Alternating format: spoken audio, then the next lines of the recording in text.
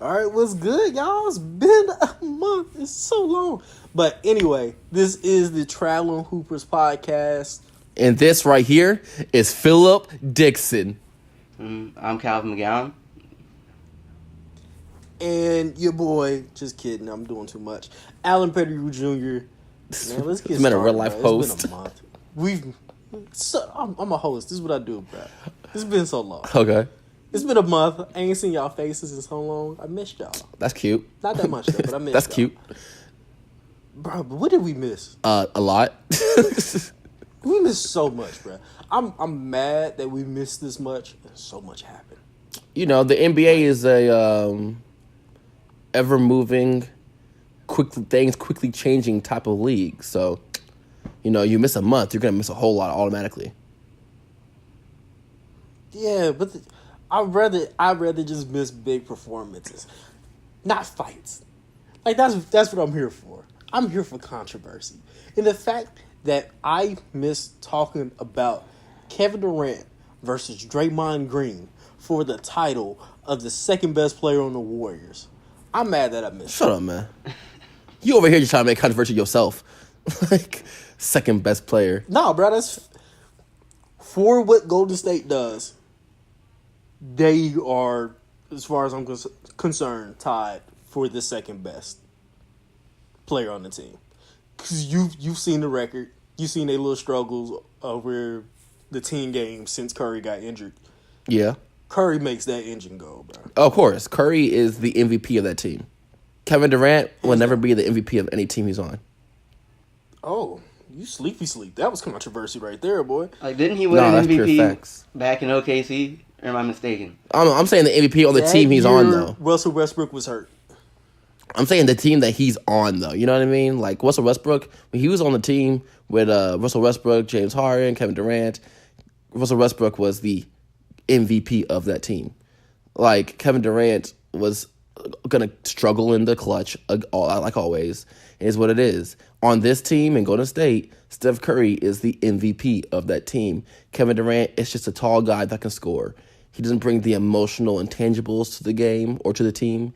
He doesn't bring the intangibles to the team to be considered the MVP of a certain team. He just is a tall guy that can score. Literally, that's his job, and that's it.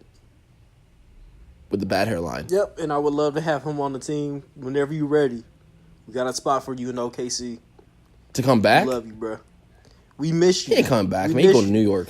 I love Terrence Ferguson and Hamidou Alou. I know I'm messing his name up. I love both of them so much. I really do. They're the future. We'll be okay with sitting one of them down for you. I hope you would be okay with that. You deserve better. But hey, let me talk to my mans, bro. This ain't about you. Okay, never mind. Oh, I don't have a team. But I'm done, though. So what were you saying? This man gonna shut me up and then... Shut up, man.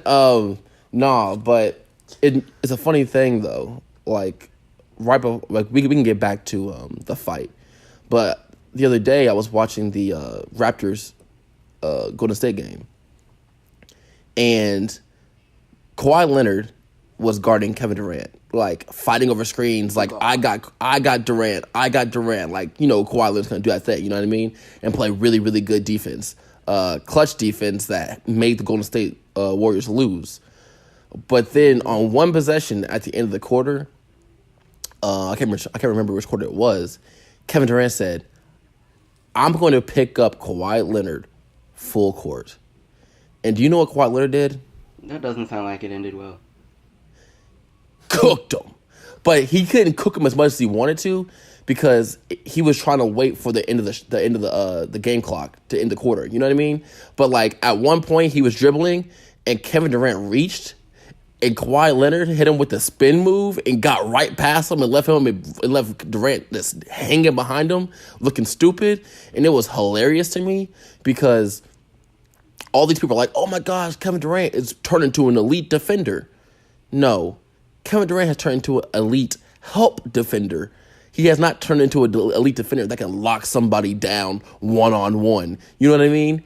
And it was just hilarious to see him get exposed like that. And it just made me laugh. I sat there and laughed for like 10 minutes at that one play. Yeah. Calvin, we ain't heard much from you, bro. What you think about the KD versus Draymond? Like, I've seen some stuff about it, and it's like part of you is like, yeah, this is clearly not good for their team. But like, what some of the stuff,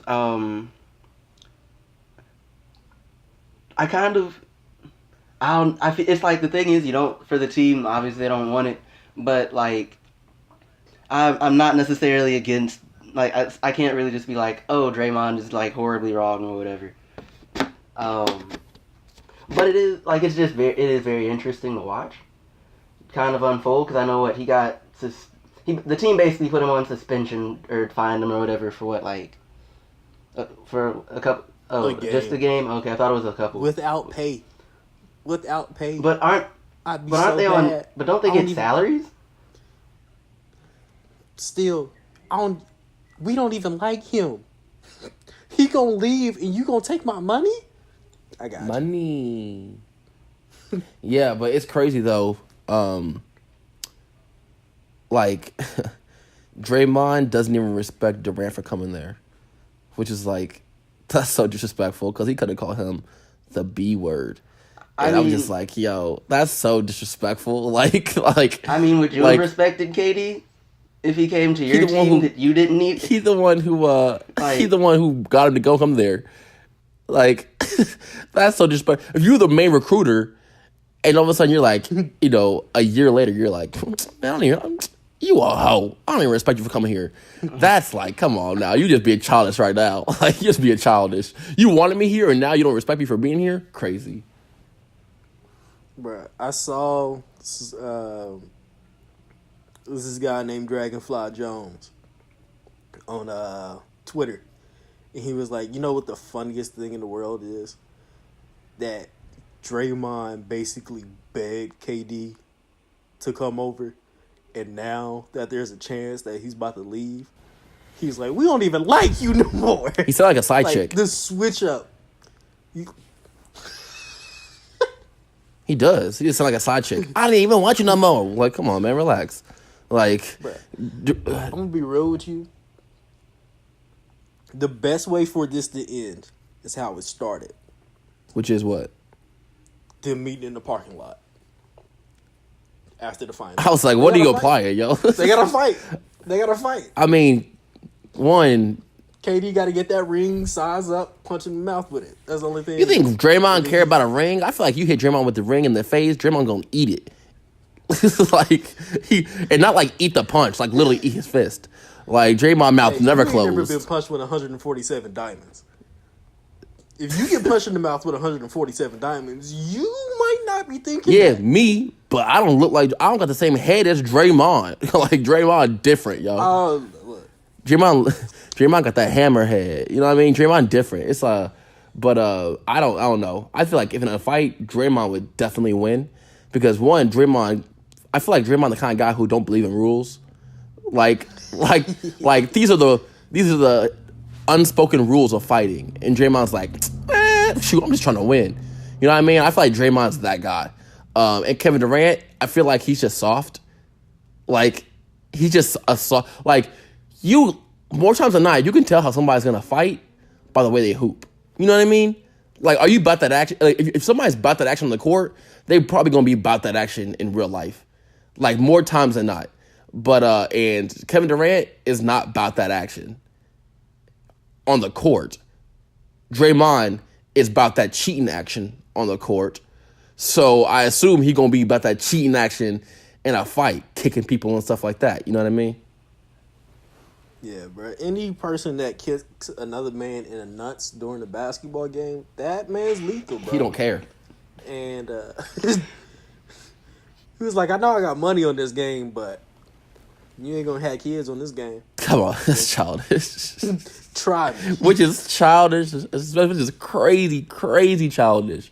Like, so, like, I don't know. Anything Draymond does or says doesn't surprise me, though. Like, when they were like, Draymond said this to Kevin Durant, I was like, sounds right. You know what I mean? I was never like, that's so crazy. Like, I'm like, Draymond looks like that kind of guy who would just say something like that and not think. Just, like, say it because he thinks too highly of himself and his worth towards that team. But I'm not gonna get into my slander right now. I'm just gonna relax. Do y'all think that this is kind of the starting point where the Warriors, as we think of them, will cease to exist, basically? No. As soon as Steph Curry come back, they're gonna be doing very Golden State like things, and then it's just gonna end. That's very true. Like I literally think everything's about to go back to normal because Steph Curry's gonna make everybody like each other, or at least keep them far enough apart where they're like, okay, I don't even remember when he called me out my name. Who's talking like that? I don't know. It goes for both of them. They both look like they talk weird when they sad. That's hilarious because Draymond definitely looks like that. Hello, my name's Draymond. I think that when Steph Curry comes back, things will go back to normal. KD is just automatically gone for next year, and it's whatever. Like KD's won't. I think he's going to New York, but KD, because apparently he went to Golden State because he was really not worried, but he was really focused on his like ventures outside of basketball, and he wanted to be close to Silicon Valley and all that kind of stuff. So going to New York is the next step past that if you're really worried about like outside ventures and like outside advertisements and all kind of stuff, you know what I mean? So I think he's gonna go to New York. I think, yeah, but like I don't think this blow up is the reason for it. I think he's just already automatically made his decision because he wants to be what LeBron is outside of basketball, but he doesn't have the hair for it. I heard he started his own media company not too long ago. Who, KD? So, yeah, get that money, KD. Yeah, get that money to get a brush. There's not enough money in the world because he is making $100 plus million in his career, and he's like, nah, I'm good. Dude got Beta beads. Like, that's crazy. Dude got BBs for his hair. Like, that's crazy. Like, have you seen that Vine of like? Hey, let's stop slandering that. No, let's continue. Even though it's true. But real quick though, have you seen that Vine of like the guy brushing the TV with Kevin Durant's head? Have you seen that? Calvin, you guys see that? This guy's like Kevin Durant's talking on TV in an interview, and a guy just walks up to the TV and grabs his brush and starts trying to brush the TV. Like, you've got too much money. Like, I think that might be one of the funniest vines I've ever seen in my life. Better yet, actually, Kevin Durant, if you can give me a strong $500 a month, I don't even need a lot of money, and free flights to wherever you are for that game, I'll brush your hair for you. You know how Allen Iverson had his own personal, stool. like Allen Iverson had his own personal like hair braider sitting behind the bench. Kevin Durant's just gonna have his own personal like hair brusher, just like, hey, we gotta get this going, man. Like, come on, man, that's crazy. Hey, treat him like your mama would. Boy, move your head.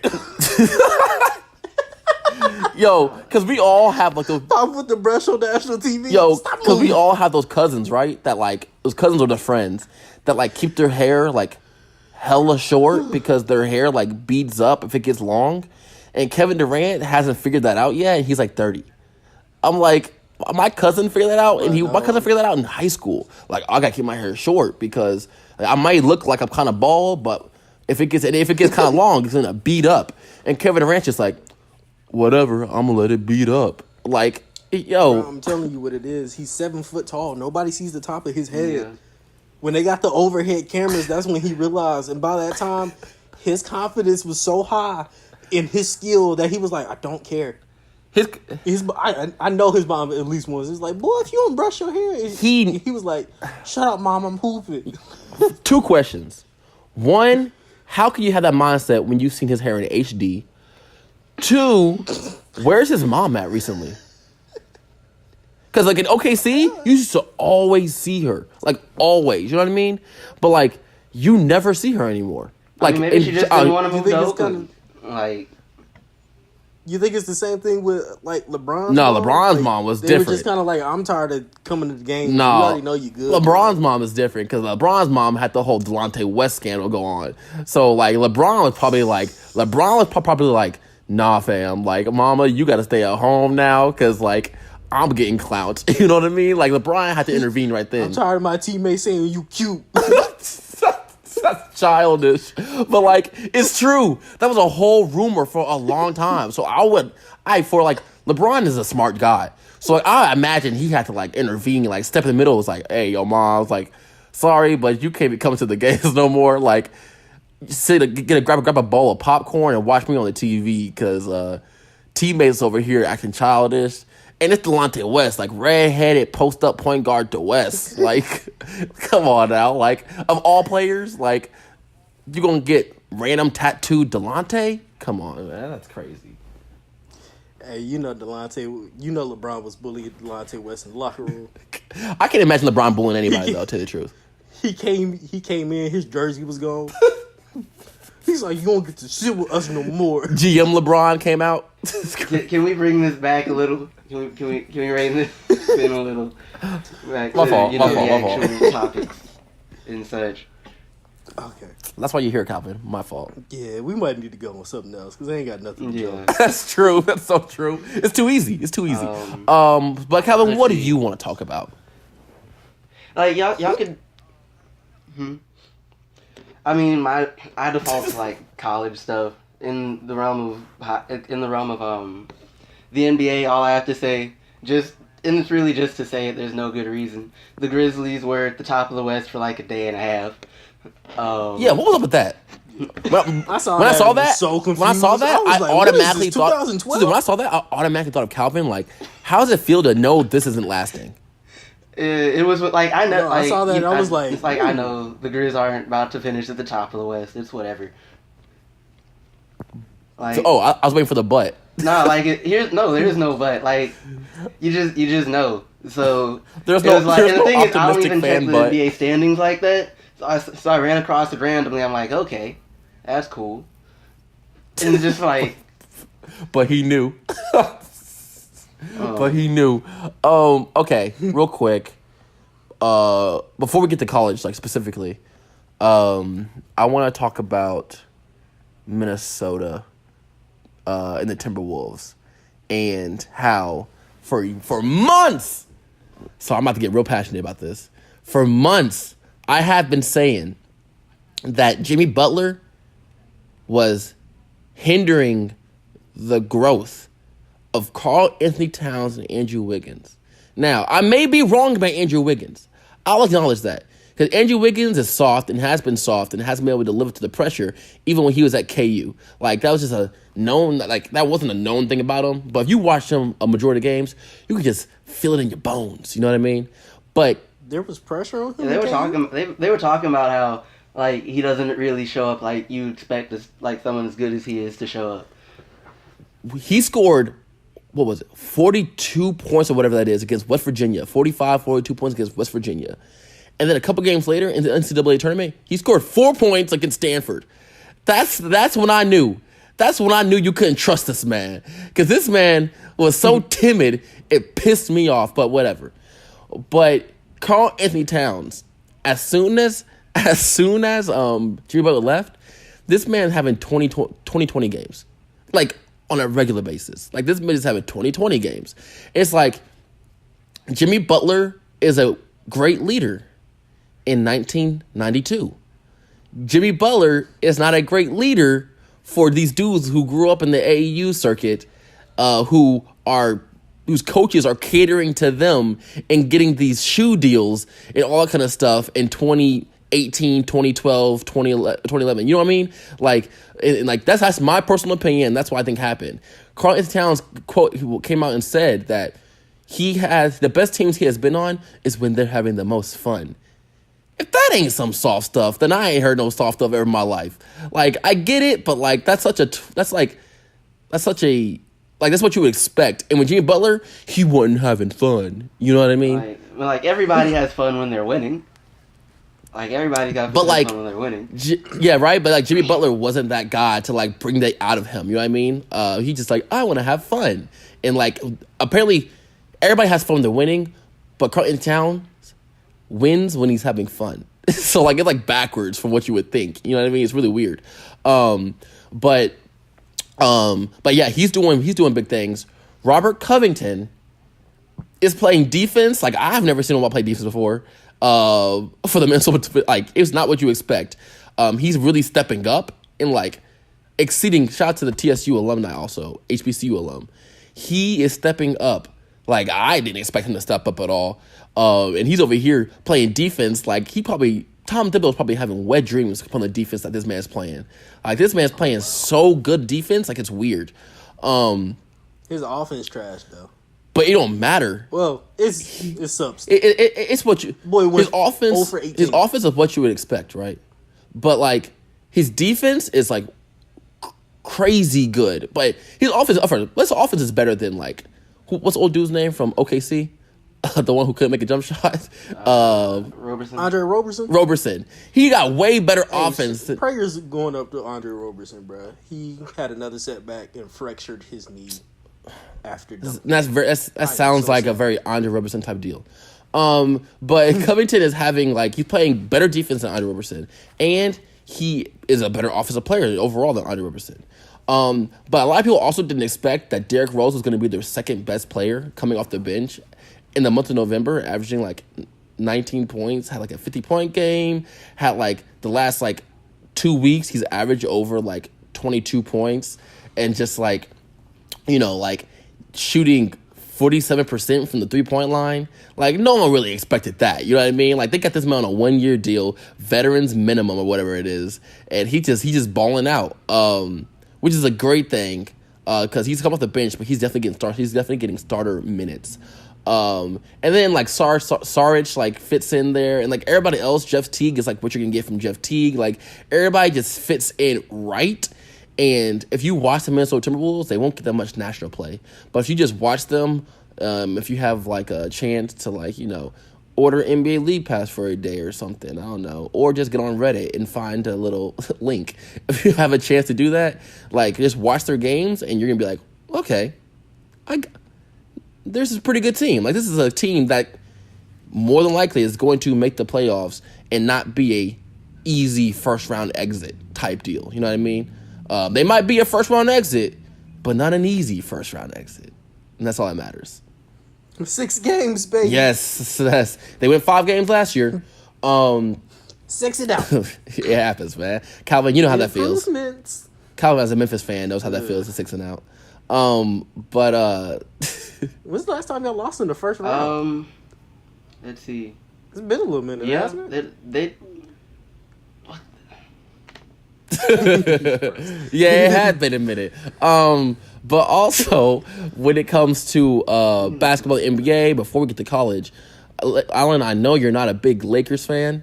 I know you don't like watching the Lakers, and I understand why you don't like watching the Lakers. But Lonzo Ball, if you watch Lonzo Ball right now, his stat sheets won't be filled up. You know what I mean? Like it won't be like, oh my gosh, he had a 30-point game and he had a 10-assist game. But if you watch him, if you ever want to teach your kids basketball and teach your kids about the intangibles, like the intangibles of basketball, let them watch this man play. This man has the most intangible game that I've ever seen in my life. Like the games that won't fill up the stat sheet, but you just do right. I'm just like, you got to be a real basketball purist to appreciate this man's game. And I don't know about you, Alan, but I'm having a really fun time watching this man just get 5 steals. This man blocking shots. This man getting the hockey assist off some like really nasty pass. And I'm just having a fun time watching this man. I don't need this man to score 15 points, but he's doing what he needs to do for the team to win because no one else is willing to play that hard of defense.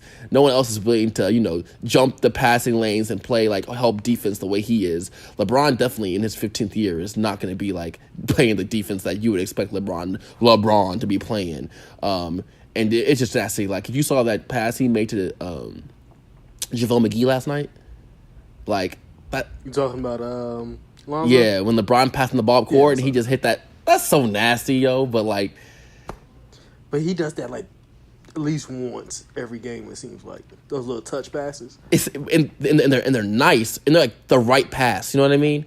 I saw in the comments somebody was like, LeBron set him up for that because he knew he would make that pass to Joel McGee, and I'm like, yeah, because it's a smart play. Like, what are you talking about? Which is also a reason why I don't read comments on YouTube videos. But whatever.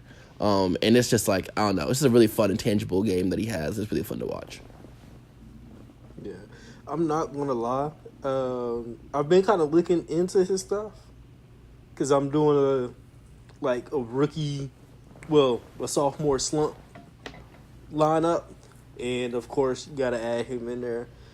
But his numbers across the board are down, but he's doing so much for the team that it almost doesn't matter, and he's doing it in less minutes.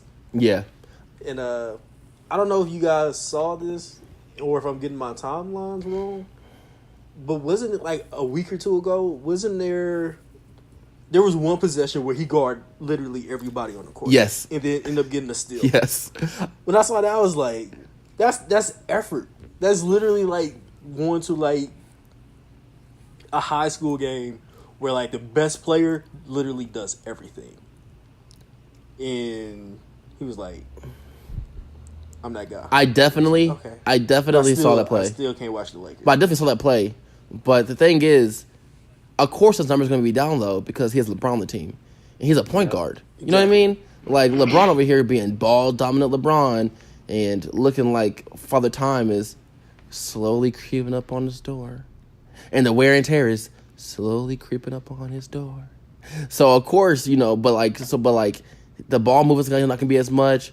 Alonzo got a lot of assists off like those push up the court type plays, and he doesn't get those plays right now because LeBron's like, give me that ball and let's make it to the first round of the playoffs and then exit. You know what I mean?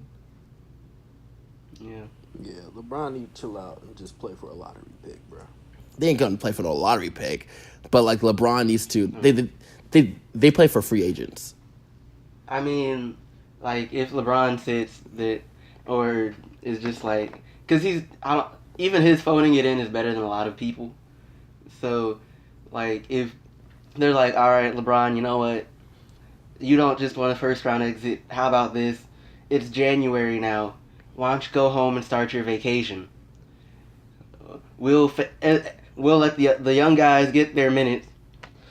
Then when the lottery rolls around, we'll get some more help and then we'll get some free agents and free agency. Because this is LA and you're LeBron, there should be no issue getting at least one more dude here. You would think that until you saw the reports that Kawhi Leonard's low-key not intimidated, but he doesn't want to be under the shadow of LeBron James, and then Paul George didn't want to go there. So, like, you would think that until this last upcoming free agency class. You know what I mean? Yeah. Like, yeah, and they really don't have enough pieces. I think to get like a big name superstar. I think Les Boogie is just ready to go. I think the only one already is Anthony Davis. That's best case scenario, you know what I mean? But dudes really don't want to play with LeBron because they've seen what playing with LeBron is like, and your game will become, no matter what your game is, it will become very one-dimensional and stagnant. Kevin Love was doing a lot, and all of a sudden Kevin Love turned to a three-point shooter. You know what I mean? A three-point shooter who didn't get nearly as much rebounds because he wasn't near the rim as much. Chris, and he made that man eat Kashi Golding to get skinny, which I don't appreciate because my favorite Kevin Love is Fat Kevin Love. That's besides the point. Yeah, 30-30 Kevin Love. 30 for 30 Kevin Love. That's your favorite Kevin Love. But, if I was a superstar elite level NBA player, at this point in time, I think secondly about going to where LeBron is also, though, honestly. Because there's a reason why Kyrie left. You know what I mean? No one wants to be in the shadow of LeBron James. LeBron James gets all the glory, and all of a sudden, you just over here being a one-dimensional player now. Like, no one wants to do that. You know what I mean? So it's weird. I don't know.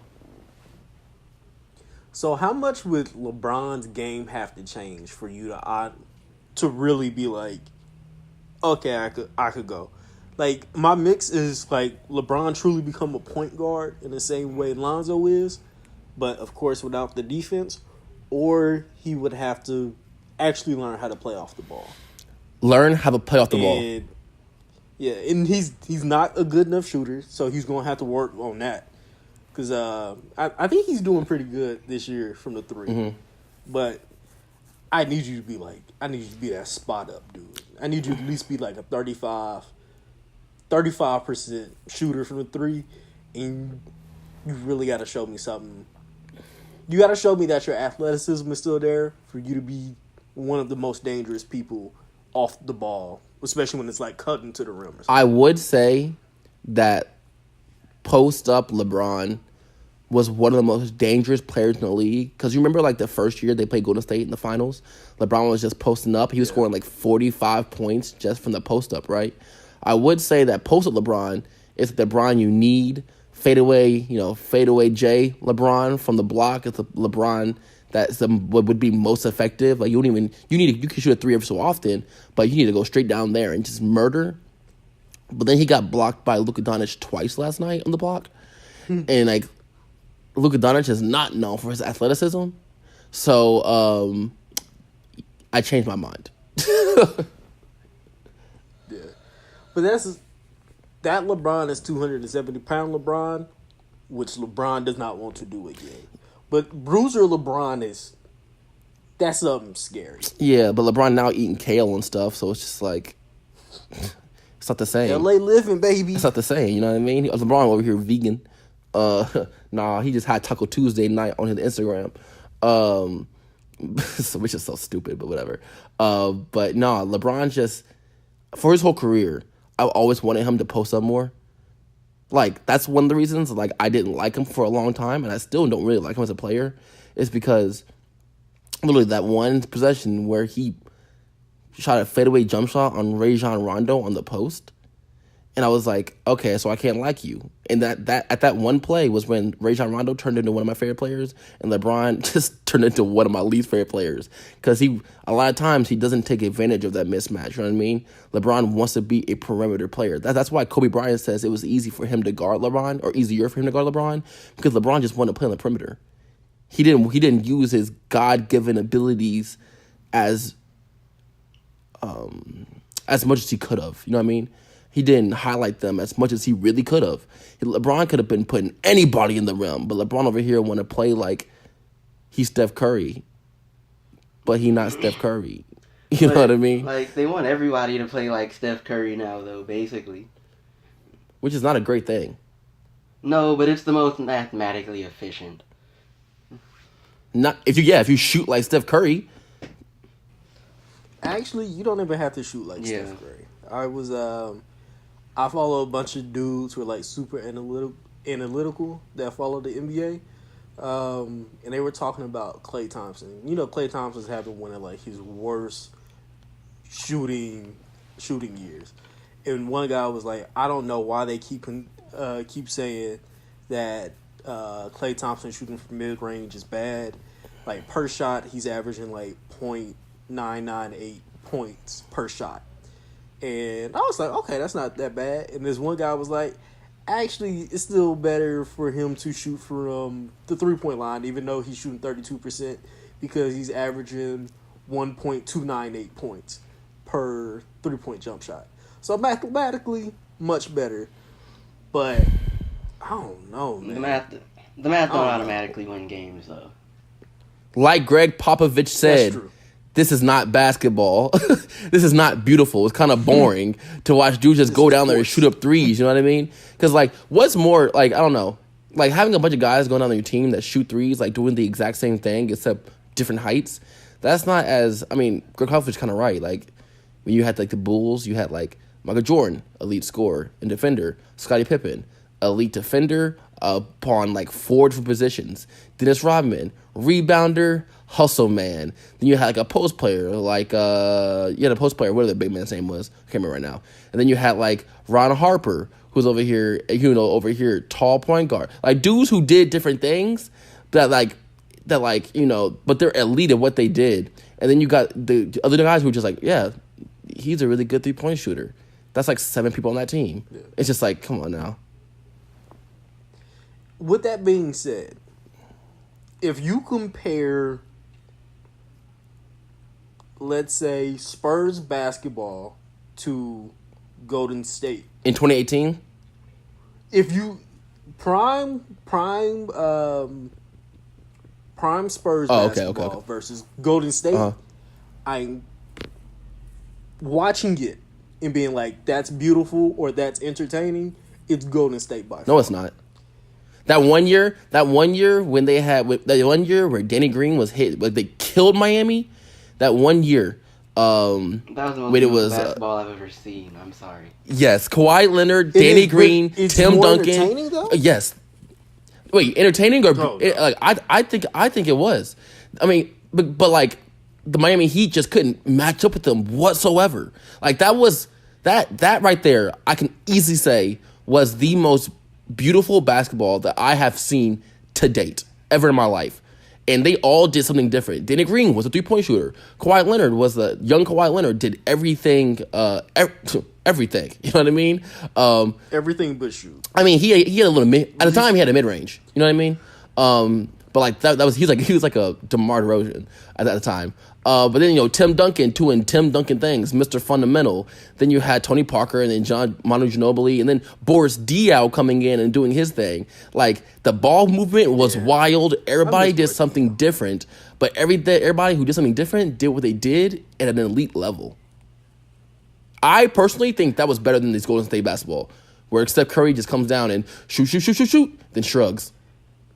No, I'm talking about when the ball is really moving for them. I think that's a little bit more entertaining for most people. Wait, Are you talking about most people or basketball purists? Oh, okay. I'm not talking about basketball purists, because if you're talking about a basketball purist, you're right. But I don't. The way Spurs were playing 100% of the time, but that's a small percentage of the world. Yeah, I mean, I personally don't care about the opinions That's of. maybe 5% of people in the world. 95% of people are like, I'm okay with the 3 because this is going to be magical the way they passing this ball around and shooting from the park. So are we gonna lower our standards to the non-basketball purist? I'm not gonna lower my standards to that nonsense. Nah, but like Right. the thing is, They've already done basketball it. purists aren't where you're gonna get a lot of your money from. They're not if every basketball purist is like, okay, I'm gonna go and buy a jersey, that would still dwarf if like a third of non-basketball purists did. And what they care about is threes and dunks. They care about offense. They don't care about defense. They don't care about your passing. They care about threes. They care about dunking. And that's pretty much it. Wait, but originally, If you want to be real, a basketball purist is trying to make money off basketball. They're not trying to. I'm not talking about give a money to I'm not basketball. talking about a basketball purist that has investment into the product. I'm talking about the basketball purist that just watches the product. You know what I mean? Like, I don't have any stock in the Spurs. You know what I mean? I'm talking about like a basketball purist that just watches the game. But I don't think we were initially. What was the question though? What's more beautiful basketball, or what's more entertaining? What's more beautiful basketball? And I think the more beautiful basketball is the Spurs, because you have to go by the basketball purist, because you're not gonna go ask some random Becky on the side, what do you think is more beautiful basketball? She won't know, even though she might watch a little bit of the games. You know what I mean? But I think a basketball purist, what is the most beautiful basketball you've seen? A majority would say it is that Spurs 2011. 2012. I think it's 2011, 2012. Yeah, 2011, 2012, Right. that Spurs team, for the reasons that we pinpointed earlier. Wait, is it 2011? Yeah, because LeBron Left Miami win. came over in 2010 and lost to Dallas. They beat Miami. Right. They beat LeBron so bad he left. LeBron said, I gotta go somewhere different. I gotta go where there's a nice young point guard who is gonna help me win. Oh, look, Kyrie. I think Kyrie said, forget you, I'm out of here. As soon as they asked Kyrie, so is LeBron the father figure question? Then Kyrie said, I'm dipping. I'm out of here. That is the moment Kyrie said goodbye. He's like, you know I got a dad, right? He said, I only got one father figure. Oh, man. I mean, I don't like Kyrie, but I did like him in that single moment, though. Can I ask a question? Real quick question. ESPN, Fox Sports 1, all these major news outlets about sports, they always go, Kyrie is the best finisher around the rim and the most, like, pleasing to or entertaining finisher around the rim that we've ever seen in the NBA. Do they forget about Derrick Rose? Or do people really think that Kyrie is Rose more... was so short that it was cool. It was... And it's... Derrick Rose, his finishes weren't pretty. They were exciting. Weren't pretty. They were exciting and they were unmatched. I don't think for the most part we've ever seen an athletic finisher like Derrick Rose. Now, Kyrie, he's doing things at a relatively not that athletic place outside of like coordination, and he's doing things like a normal person can't do, like at all. But Derrick Rose is suspect 6'1", head above the rim, and then he pump fakes and does an up and under on the other side of the rim against like LeBron and D Wade and other people on a regular basis. You know what I mean? Like if you watch the top 10 finishes around the rim, Derrick Rose versus Kyrie, like it's debatable. I'm not even saying Derrick Rose is better. I'm saying it's debatable, but people are acting like Kyrie's. People are acting like it's not even debatable. When I say people, I mean like ESPN analysts and things like that. I mean, in fairness, Kyrie's knees haven't betrayed him yet. So... Because Kyrie not jumping at the rim. Kyrie staying on the ground. You know what I mean? And Kyrie, the only reason his knee betrayed him, though, is because he was just too athletic for his own body. And Kyrie's not too athletic for his own body. He just has really fragile lower limbs. Like, he's been injured a lot. Let's not say he hasn't. His foot has betrayed him, if anything. Like, Kyrie has the same feet problem as a 7'5" guy. I don't know about all that. Kyrie and Yao Ming have the same foot problems. Nah, bro. He only hurt his foot once. You thinking of other things like his knee, his other knee, his ankle, but never his foot. Only his foot once. Okay, even better. Better. Calvin said his knees have betrayed him. It looks like his whole lower half has. Low key. Yeah, but it hasn't destroyed his athleticism. Like, it hasn't caused him to completely have to change his game. Like, the fact that D Rose is still in the league is kind of amazing in and of itself. And to be honest with you, I think when it comes to finishing Derrick Rose versus Kyrie, it's the difference between sexy and beautiful. Like, everything Kyrie does is like, when it comes to finishing, is like poetic. It's pretty, it's flawless. Derrick Rose, very chaotic, very quick, very fast, and it makes you say, oh my God, every time. Kyrie's make you just go like, what just happened? So, if you were single, would you rather want beautiful or sexy? Wait, say that If again? you were single, would you rather want beautiful or sexy? Because a lot of dudes would move to Miami and say sexy. Because they... Yeah, I'm not. But I said if. Give me beautiful. If I'm single, give me beautiful. Did you not see what happened to Sexy? Sexy lasted for 3 years. True. Beautiful is still doing it. Beautiful get hurt all the time too, though. Beautiful did a spin move off of a double team and then split the double team. It did some awkward finishing. That's just dribbling. That's not finishing around the rim, but whatever. Yeah, but if you watch all of it, Okay, the that's spin fine. move started the layup. And it was beautiful. Sexy. It was beautiful. Sexy did an up and under, English off the backboard finish on LeBron and D Wade. Miami LeBron and D Wade. Turned around and blew his knee That's out. not. That wasn't the same play, man. You know, it's you kind of guys that over here trying to make bad arguments. Which one would you rather have? The spin move off the double or the up and under on D-Wade LeBron? Calvin? I mean, is the spin move gonna be able to, like, can we replicate that more easily? Because if that's the case, then just give me the spin move. Like, Can you replicate more easily? no, it's just like, it's just like, okay, like, which one is gonna have the longevity? Because both of them look. We can't keep talking about longevity.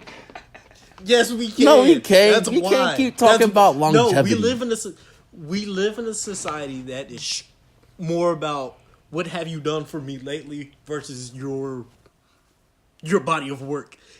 Body of work, I'm telling you, Derrick Rose, sexy. Everything about his layup package, speed, power, sexy. Kyrie's is timeless. That is stuff that you want to teach your kids. You don't want to teach your kids to be Derrick Rose because you can't. You can't teach them to be Derrick Rose. If we could teach them to be Derrick Rose, bro, I would have 47 kids today. Dang, you a cult leader? I do what I gotta do for 47 Derrick Roses. Come on, bro. Let's do polygamy. I guess it's just that I don't know. Like, yeah, so like you're telling me when your kid grows up, you're gonna show him Calvin. Mm-hmm. When your kid grows up, you're gonna show him more highlights of Kyrie than Derrick Rose. Well, it's like, the thing is, you're probably gonna show more highlights of Derrick Rose, but the thing is, the stuff Derrick Rose did, Derrick Rose can't do anymore. Kyrie should be able to do most of his stuff throughout his career. Like, maybe not with the same speed and everything, but it's more, he can replicate it more easily. Like, you can't teach Derrick Rose because Derrick Rose is predicated on his athleticism. When those knees just decided we're done, like, that took his athleticism. Like, he might still have flashes, but it's not there anymore. He gives you one solid up and under every 5 games, though. But has it won him a ring? Oh my gosh! You Like- really did this. You really Look, did this. It's coming up sooner or later. You really It's coming did this. Look. We want to talk. But- You want to talk about stuff Whoa. that people, bruh. Okay, continue, Like- Calvin. Let's do this, Calvin. Let's do this. Go. Like, it's like, ultimately it is just about the ability to replicate the continued success. Derrick Rose, the continued success isn't there. He did get He did manage an MVP, but he hasn't played to that level since. He can't play to that level anymore. He just can't. Okay, but question. Alan, stay out of this. This is a conversation between me and Calvin. Question, Calvin. Question. Derrick Rose took the Chicago Bulls and they went to the Eastern Conference Finals twice with him. One when LeBron was a Cleveland Cavalier, and one when LeBron was with Miami Heat. The only reason they didn't win when he was Miami Heat is because they were the Miami Heat. Honestly, the only reason he didn't win with the Cavaliers though is because Paul Gasol got hurt. That is literally the only reason they did not make it to the finals that year. And that was when Derrick Rose hit that game winner, and then LeBron hit the game winner the next game, I believe it was, from the corner. That is the only reason, because they had no big man that could guard Pau Gasol, but Pau Gasol hurt his ankle, whatever it is, leak conspiracy, whatever you want to believe. There is unfortunate events that didn't allow Derrick Rose to go to NBA's finals as the team leader. Kyrie got a ring. You're right. Draymond was suspended for one game for that championship. You're right. He did have LeBron on his team. You're right. There are certain instances that made that happen and made him be able to win that ring. There are certain instances that made Derrick Rose have the opportunity more times than he has. But it didn't happen because unlucky things and circumstances accumulated to make that not the case. So, what do you got to say to that? I mean, Like, the thing is, we talk about contingencies and all that. There's not a dude in the league who doesn't have a couple. I bet, oh, we didn't win a ring because this, that, or the third. The thing is, when it comes to all that, people have to be healthy and all that. So you're right in the sense that having Paul Gasol probably would have helped them. That doesn't change the fact that they lost. It also doesn't change the fact that the way Derrick Rose played ultimately caused his knees to effectively go out or whatever. And not just once, but continuously. The fact that you can't teach that athleticism that Derrick Rose had. The fact that athleticism, even if he did have it, would not be able to stay with him for as long as the skill that Kyrie displays. Got a question. You can't teach the hand-eye coordination to Kyrie, though. Kyrie's hand-eye coordination is... It's like somebody who belongs in the Major League Baseball league. I don't even know why I say it like that. In the MLB. You know what I mean? His hand-eye coordination is wildly good. Like, and it always has been. You can go watch his highlights back in high school. His hand-eye coordination is like different level. So you can't. That's a different aspect of athleticism, and you can't teach that to your kids either. But the thing is, even that is false. Shut up, Alan. Here's the thing about hand-eye coordination. Don't talk to me like that, you don't just get you don't just get there automatically. Like, he didn't come out the room breaking ankles. Like, you put in work for those handles, and you know how many people have put in work, and Kyrie is suspect top. I'm gonna give it top 3 best ball handlers the NBA has ever seen. Like, you can argue to the people. I don't even know to the people, but I'm gonna give the benefit of the doubt that there's so many people in there that you could argue it. You think everybody else has it? All these other point guards have been working to get hand-eye coordination like that? They in the league, but he like different level hand-eye coordination. You know what I mean? And you can't teach that stuff. But a lot of the moves that he does pull off with that hand-eye coordination, you can. Like, you can't get it to the point like everybody has like the difference between like a super hot like Kyrie and some dude on the bench from a reaction level might be a handful of milliseconds. And you're right, you can't necessarily teach that, but you can teach those moves. You can teach someone to think about the game in a way that would allow them to, well, not necessarily replicate everything Kyrie does, be able to take what he has done and work it into their own game. So what does this mean about finishing around the rim, though? Let's get back to that. So when we're talking about finishing around... It's not just this. We've deviated wildly from whatever it was we were initially talking about. We have. You're right. You're completely right. But I want to get back to that one thing, though. Just really quick. Just final say. Why do they not even put him in the category on ESPN, Fox Sports 1, CBS Sports, whatever you want to say? Why do they say Kyrie is the best finisher around the rim that I've ever seen, but they didn't put Derrick Rose in that category? Why? Short version, recency bias. We tend to value things that happened recently. You can look at Kyrie's stuff and see it. Derrick Rose, most of his stuff happened years ago. Like, way back in basketball time. Nearly a decade. See, I thought that. I wasn't quite sure, so I wasn't going to say that.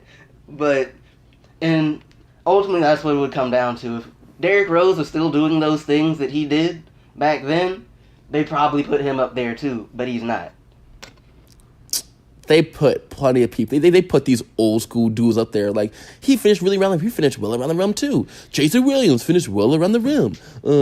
Allen Iverson finished way around the rim.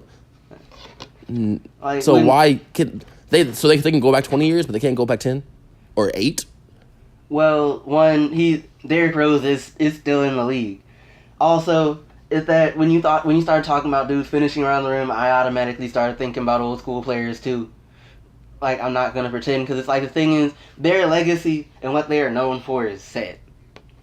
Like, for better or worse, it's not going to change. A lot of the dudes who are the talking heads are older dudes anyway.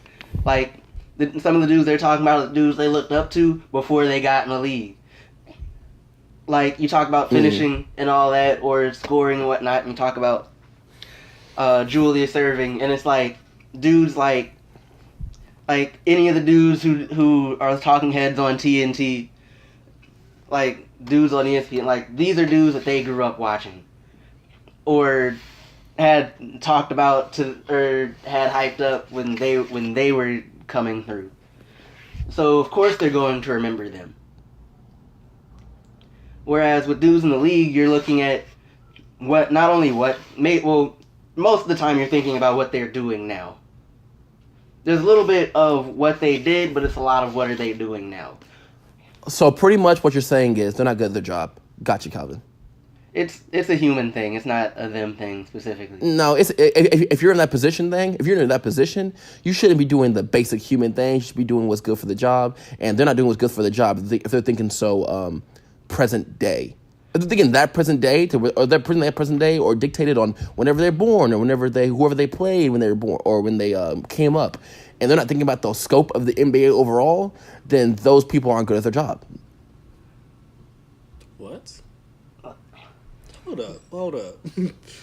This is much like saying because we don't know the stats of Elgin Baylor, we're not good at what Our job we're is, talking but about the thing is, our job is not to know the stats of Elgin Baylor. Your job is to literally watch the NBA 24/7 or whatever it is. So not 24/7, but if your job is really to keep up with the NBA, you should know these things. Like you really should. Elgin Baylor is considered one of the greatest players of all time. If your job is to know about the NBA and write about the NBA and talk about the NBA and be an influencer about the NBA, you should know these things. If you don't know these things, you're not good at your job. But the thing is, there is too much information, especially as you move forward in time, for anybody to have access to all of it. There are too many players for anybody to remember all of them. There are dudes right now who are probably in the Hall of Fame who nobody talks about. And guess what? I mean, look, me personally, I'm just like that guy. Like, if it's my job, I'm going to know as much as I can about it. Yeah, I might miss one or two people, but I'm going to know the stats of people that I can compare them to who are in the Hall of Fame. I'm going to know the people the stats that played that were in the NBA when I grew up. But I also have to know the stats before. That might be the history major in me, actually. The stats of the people before then. You know what I mean? Like, you have to know these things. I'm a history major. I'm in the master's program for history. I can't know everything about history, but I can sure damn try. You know what I mean? And the NBA is the history of the NBA is what when the NBA become an official league. In the 30s, I think. Like the 30s. Okay. I think the NBA as the NBA is somewhere around the 30s or 40s. And then they combine with the ABA in the 70s, I want to say. Yeah, late 70s. The 70s. Yeah, in the 70s. You should at least know the 70s. When the ABA and the NBA merged, you should at least know the information then. You should at least know the information then. I understand, you won't know everybody from the 1930s. You know what I mean? I understand that. But you should know the current... if you're going to be making comparisons, know who you're going to be making comparisons for and to in the NBA product. You know what I mean? You're not going to be comparing finishers around the rim in 1942 like you are in 2018 or in 1992 and things like that. You know what I mean? But, still... 1946. First year of the NBA. Okay, as the NBA? Okay. Yeah. Most people don't even realize that, when Bill Russell was playing and winning all those championships in the NBA, there was 9 teams. That's it. Right. There was 9 teams. And most people don't even realize that. And you will never hear those things when talking about Bill Russell was one of the greatest champions of all time. Yeah. Because he wasn't facing 30 other teams. He's facing 9 teams at the time. And a bunch of white guys that came up to his hip. There's so much context that they don't, I don't even know if they don't know it or they don't feel like explaining it or whatever the reasoning is. But if you think about the context of a lot of what they say on these major news outlets, it's just what you're saying isn't right. And it's bothersome to me. So what you're saying is that Bill Russell now has a smudge on his career legacy. He won 11 chips with 9 NBA teams. Listen, it's cool. Listen. Bill Russell has the kind of smudge on his legacy. It should be an asterisk, right? Just in baseball, when they're Babe Ruth is the greatest of all time. He never played against black people. So, like, is he one of the greatest of all time? It's that kind of thing, you know what I mean? Like, yeah, you got a lot of championships, but there was 9 teams. Yeah, Babe Ruth has a lot of home runs, but he never went against Satchel Paige. It's that's how I think about it, and a lot of people don't think about it like that because they don't even realize that kind of stuff is the case or was the case back then. Well, I think with and I'm gonna ask that we move to a different topic after we kind of say anything, but like a lot of things when we start talking about like the greatest of all time and all that, a lot of these arguments come with some asterisk or another. Like the reason you say Bill Russell is the GOAT is because he had 10 championships as a player. Truthfully, he also had a couple more as a coach, but that's a separate thing. Like you say that Wilt Chamberlain was the GOAT because he was the most dominant player to ever play the game, but he didn't have a whole bunch of rings necessarily. I think he had one. I think. And he played at the same time as Russell. Like you say, Jordan is the greatest player of all time, but he wasn't as dominant as Wilt. He averaged like 30 points a game over the course of his career, but he didn't have as many rings as Russell. Yeah. I mean, which I get that, but I get that, and a lot of people don't take what you're saying. A lot of people don't take those things into consideration when talking about like the GOAT aspect. Because in my opinion, the greatest player of all time is Kareem Abdul-Jabbar. But when people talk about greatest players, they don't even talk. For whatever reason, they exclude big man, and it's like weird to me. You know what I mean? Yeah. And I say Kareem because Kareem was like he played like 20 years, which is like 2 different kind of NBAs that he played in. You know what I mean? Like he played at the tail end. He played with Oscar Robertson kind of stuff, but also he played with like Magic Johnson and Larry Bird and all that kind of stuff too. So he played like with 2 different generations and was dominant in 2 different generations. You know what I mean? So that and it's just like but people don't think about that kind of stuff. Like Michael Jordan's the best. Why is he the best? He scored a lot and got 6 rings. Like it's that simplistic, but like I think as you know, basketball purists and things like that these individuals on TV and on the radio and on the internet, on these major news sports networks, as the purists they're supposed to be, they should be thinking about the game differently than Joe Schmo at the fraternity house, Pi Kappa, whatever his name is, at the University of Arkansas. You know what I mean? Mm-hmm. It was very specific. It was very specific because I know those kind of people, and they think they know sports, and they really don't. Yeah. Anyway. Was it blank space?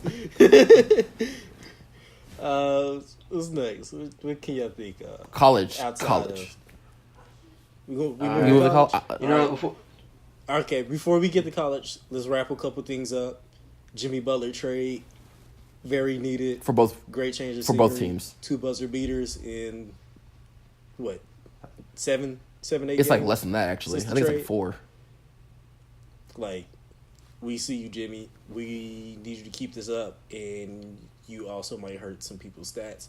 But I think Jimmy Butler needs to be a mentor to Markelle Fultz. I think that'll help out a lot. I don't think. No, Markelle Fultz had to work to be where he was.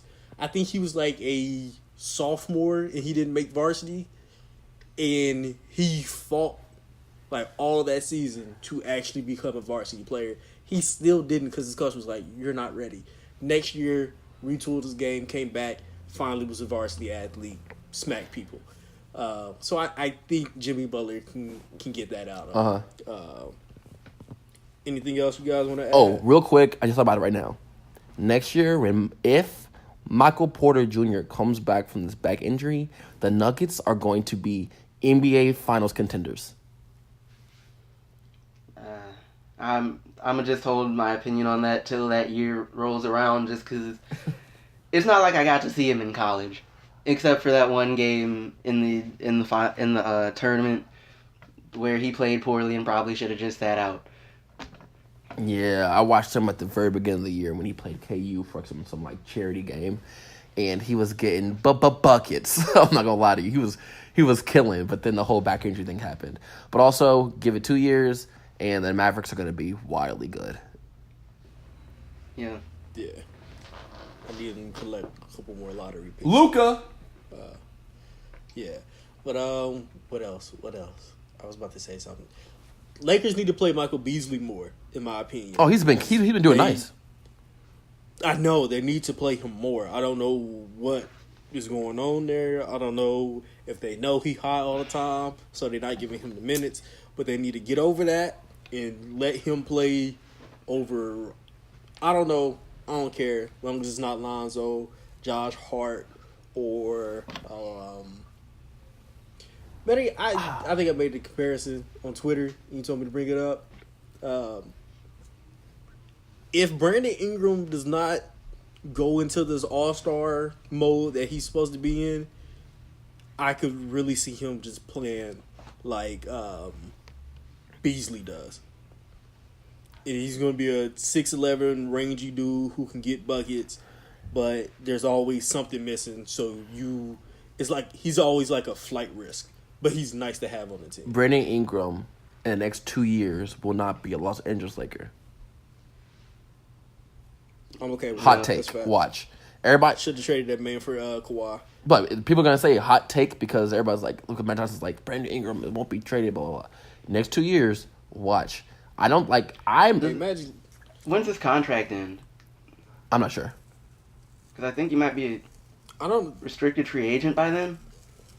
Oh, okay. I have no idea what his contract is though. I don't know if they extended him yet. Did they? I'm not sure, but I'm not a fan of this man's game. This man's game is like, one, it's like it's very slow. 2, he's too big to be missing point blank layups. You should be dunking them. 3, when he goes into contact, he falls out, he falls away and finishes, and that is not a long lasting. Like your body can't take that for too long. You know what I mean? And it's just like he's like his game's just not fun to watch to me, and I don't think it's like a productive game towards like what the Lakers are trying to do. So like I don't know. Yeah, he plays like a Duke small forward, not named Jason Tatum, Jabari Parker, or Grant Hill. Okay. And if you guys are missing what I'm saying, it's a bunch of bums. It's a bunch of bums. Wait, And this is Kyle Singler, bruh. I'm not saying he plays like Kyle Singler, but there's something about him that reminds me of Kyle Singler and makes me very upset. yeah, I have no This idea is how you coming got from a that. scorned OKC fan, bruh. It's as a scorned OKC fan, I used to watch him and I'm like, huh, why did we draft him? Oh, okay, this is stupid. Kyle Singler Just- literally fit that mold of the white guy that you didn't like at Duke. Like, I hated Kyle Singler because he was just that white guy that at Duke I was like, nah, I'm not a fan of that guy. Why? White guy at Duke. Like, that's literally what it is. I don't know. I was never a fan of Kyle Singler's game in the first place, though. So let's go ahead and sign off. Go ahead, Philip. You first. I'm glad we're signing off. I gotta go eat me some Wheaties. My name's Philip Dixon, Private Eye. You can follow me at PG Anecdotes on everything. Twitter, Instagram. Shoot, subscribe to me on YouTube for all you want. Cause you know why? Cause we out here. So yeah, Calvin. It's C McGowan II. You're welcome. Your last name is McGowan? Are you Irish? It sounds like a very Irish last name. McGowan. It's like a very Irish last name. Like you and Conor McGregor might be related. Low key. All right, Alan, go. All right, did y'all got any work that y'all want to include? I know you just got finished with a Minnesota. Yeah, I just got finished with a Minnesota article. Go out and read that thing, man. Because we need to go. We can advertise this money. So the more you read, the more money we get. So go read that article, man. And then I'm about to drop one about the Lakers. The Lakers. And it's going to be a little bit about LeBron. And it's not going to be positive whatsoever about LeBron specifically, but it's going to be positive about other things. So go out there, read this stuff, and get the insight. Let's get it, baby. You're the worst. Calvin, anything for you? Okay, cool, because we about to get through it, because I actually have like 3 ideas that I want to work with you on, so we definitely going to hash some stuff out after we sign off. But again, my name is Alan Pettigrew. You can find me on Twitter at AP_the_great. And don't forget to follow us at Traveling Hooper on Twitter and YouTube. Please subscribe, because I am going to be making a updated video of the Rookie of the Year list and possibly even a slump tracker for the sophomores who are either doing really well or getting no PT whatsoever, and that's their prerogative, well, coach's prerogative. But I really like working with the younger NBA players, so I'm super excited about everything they're doing, especially De'Aaron Fox. This has been the Traveling Hoopers podcast. Thanks for listening. Shout out to Meek Mill.